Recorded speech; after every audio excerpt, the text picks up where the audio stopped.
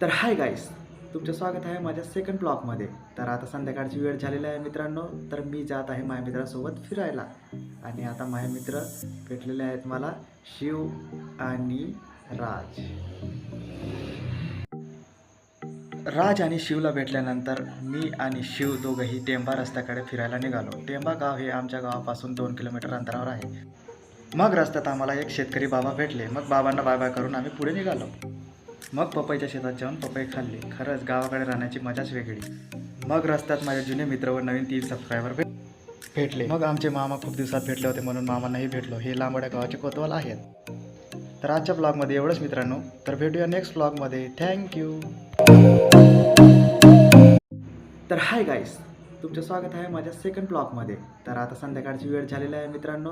तर मी जात आहे माझ्या मित्रासोबत फिरायला. आणि आता माझे मित्र भेटलेले आहेत मला, शिव